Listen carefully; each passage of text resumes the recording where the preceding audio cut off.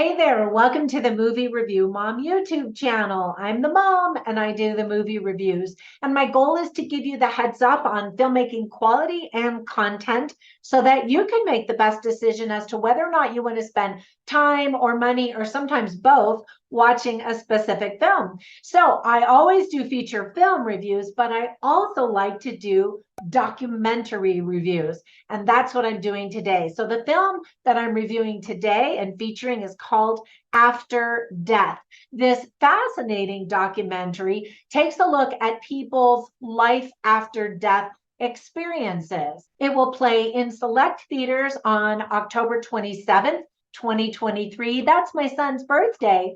You can buy tickets for yourself or pay it forward so that others can view it by going to angel.com/life after. Now, this is the studio, Angel Studios, that also brought The Sound of Freedom and has created the hugely popular TV series, or I guess streaming series, called The Chosen. And they're doing some really cool things in terms of film, of course, but in terms of marketing by getting this groundswell of excitement long before the launch and really getting people to go out and support the film. So good luck to them. This film is rated PG-13 and is an hour and 43 minutes long. My overall movie review mom grade is an A. So let me give you an overview in a nutshell, and then I'll point out things I liked, one thing that I didn't like, and then offer tips for parents, themes worth talking about, and even recommendations for other films that are sort of similar that you might also like. All right, does that sound good?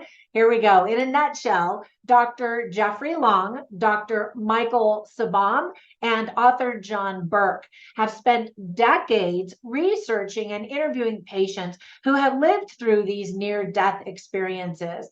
So Angel Studios recently hosted a live stream to give hope. And that's what the movie does as well. And you can actually see the live stream. If you go to my written review at moviereviewmom.com, I've got a link where you can click on and watch a recording of that live stream where some of them explained how they got involved in all of this and in unexpected ways. And I might add, as non-believers, very cynical, skeptical scientists. And so it's really fun to hear about their experiences. And then they show you little bits and pieces of the film. So the film was written and directed by Stephen Gray with co-directing help by Chris Radke. So here's a long list of things that I really liked about this film. First of all, I have always been fascinated by near-death experiences that show glimpses of heaven and hell on the other side of the veil. I like to think of us as on this side of an invisible veil that separates us from beyond, from the next life.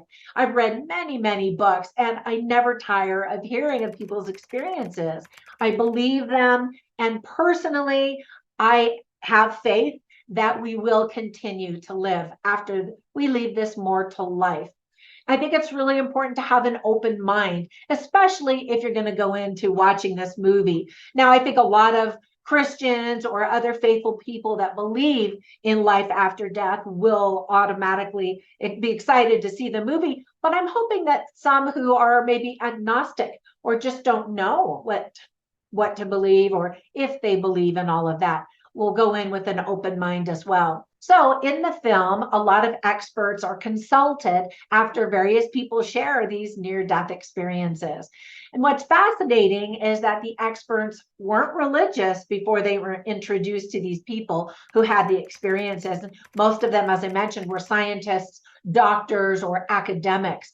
But now, as they share these experiences, they are believers. And that's impressive, that on its own, that it's not just a bunch of Christians who already believe in the next life saying, and here's a bunch of experiences, let's share these. These are cynics, and they all conclusively agree that there is something beyond this life. And I think that gives great hope. So I think if you are open to evidence, you'll be convinced that there is some kind of a spiritual realm that does exist after this life.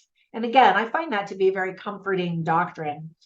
Now, it's fascinating to hear that people try to describe heaven in earthly words, and they all shared frustration in not being able to properly explain how amazing it was. But they all emphasized the tremendous feeling of love and acceptance that they felt. They also all shared that when they returned home, they weren't sure if they could share this experience.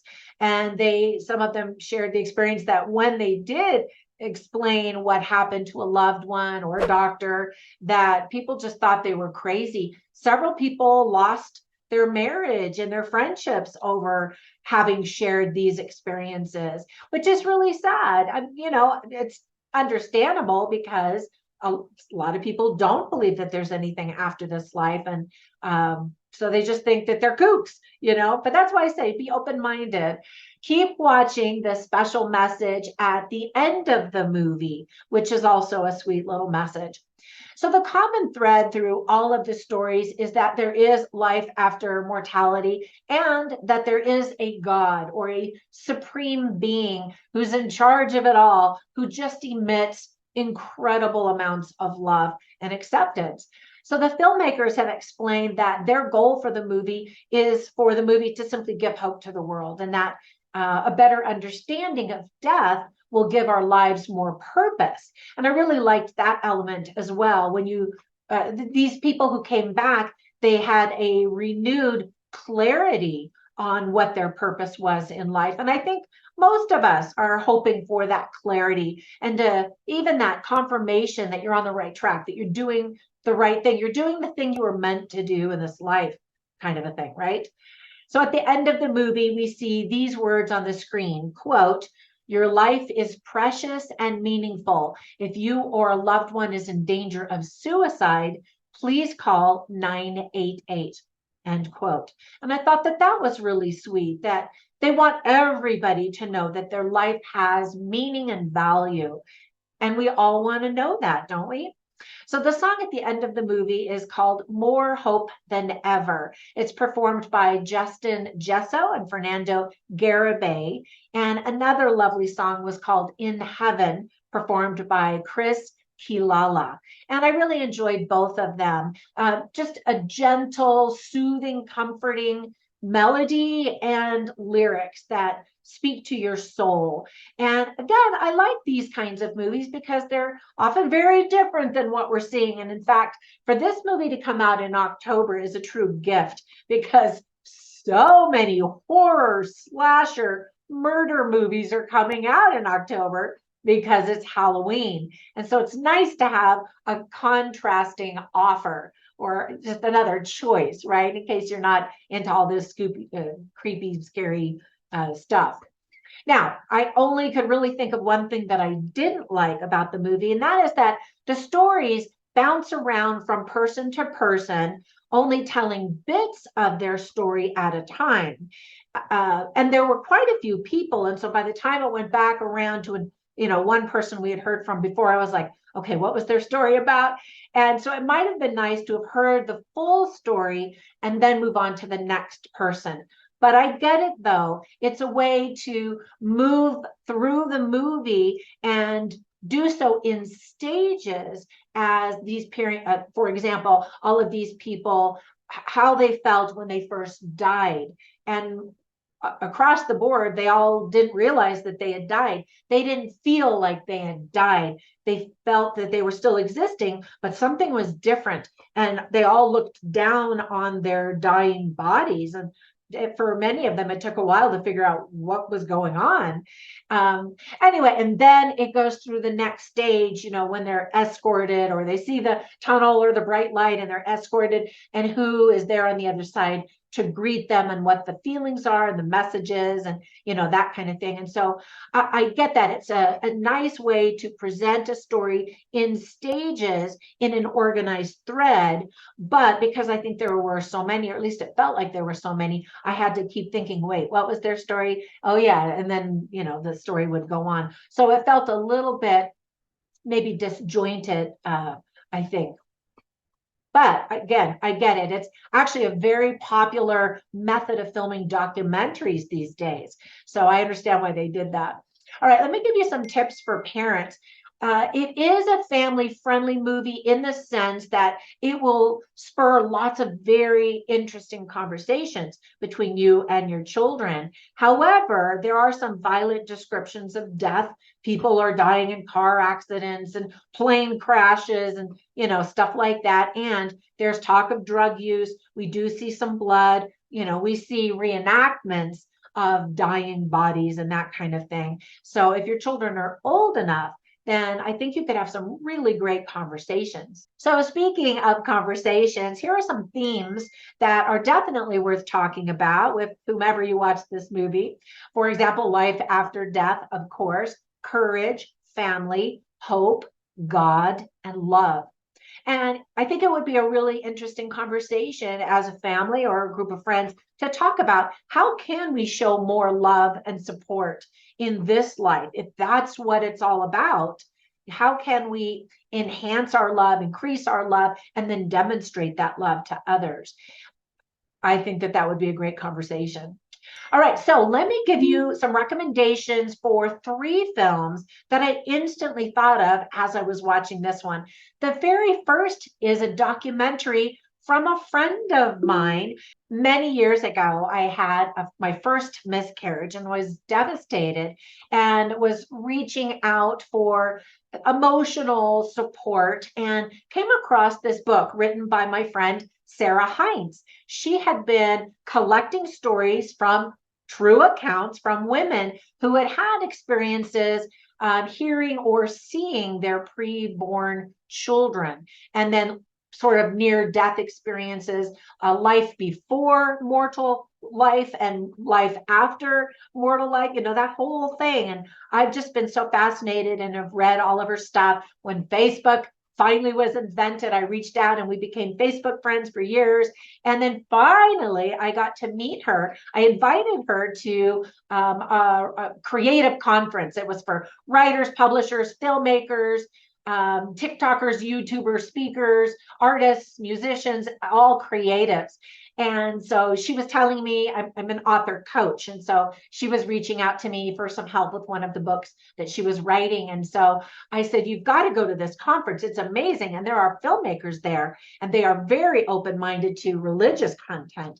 And so she was like, oh, I don't know. Anyway, she went, and it was very sweet because we had never met each other before in person. And we're both religious. And so, I was praying that it was going to be a good conference and blah, blah, blah. I was actually the master of ceremonies and teaching some classes. And I'm doing that again at the end of this month. I love that conference so much. By the way, it's called the LDSPMA.org conference. So check it out if you're interested. Anyway, and so she had been praying. She was nervous because she didn't know anybody. And I kept telling her, no, you know me, I'm going to be there. And so it was really sweet. I had to go early to set things up. So I parked in the parking lot and walked into this big conference center. And out of the corner of my eye, I could see somebody else walking. And it just so happened we got to the front door at the exact same time. I looked over at her and it was Sarah. I said, Sarah? And she's like, Trina? And it was so sweet. And I said, oh, Heavenly Father must really love you because he made sure you could walk in with a friend. Anyway, I ran around the conference. Every time I'd see a filmmaker, I'd say, oh, come over here, Sarah, you got to meet this guy or this girl or whatever. Anyway, she left that conference having met her film director, and it took them about a year to put it all together. And then next year, which was just 2 years ago, I think, at our conference, they premiered the film. And so it's called, I haven't even told you the name of this movie yet. It's called Remembering Heaven. And it's a documentary, and it's very similar to this one, where it goes into the stories of the people and kind of does some reenactment. And it's just so touching and beautiful. And I love that they reached out to scientists and experts in all religions to see, out of all of the religions that there are, which ones believe that we do live before we came to Earth. That kind of a thing. And there's a lot of documentation about that. Anyway, it's a great movie. So I highly recommend that if you enjoy this documentary. The other 2 are feature films based on true stories. The first one is called Heaven is for Real. And it's just very sweet. It's a true story. I mean, there are millions of them, and I've done reviews of many of them. The second one is called Miracles from Heaven. And again, it's true, based on a true story, and there's some reenactment and some familiar actors' faces in these films. And they're both very well done and very sweet. And they both will leave you with a feeling that, you know, there is purpose here on this earth and that you will live again. All right, that's it. Thanks so much for watching my movie review. Hopefully it's helpful as you decide whether or not you want to watch this film. If you do, I would love to find out what you think about it. Comment down below. I always reply to everybody's comments, and I really appreciate your support. When you get a minute, run over to Instagram, and you can find me as Movie Review Mom, but you can also find me as Trina Boice, and that's where I post things about my 31 books as an author and my online courses and all the other silly things that I have going on. Anyway, have a fantastic day, and I will catch you in the next one. Bye for now.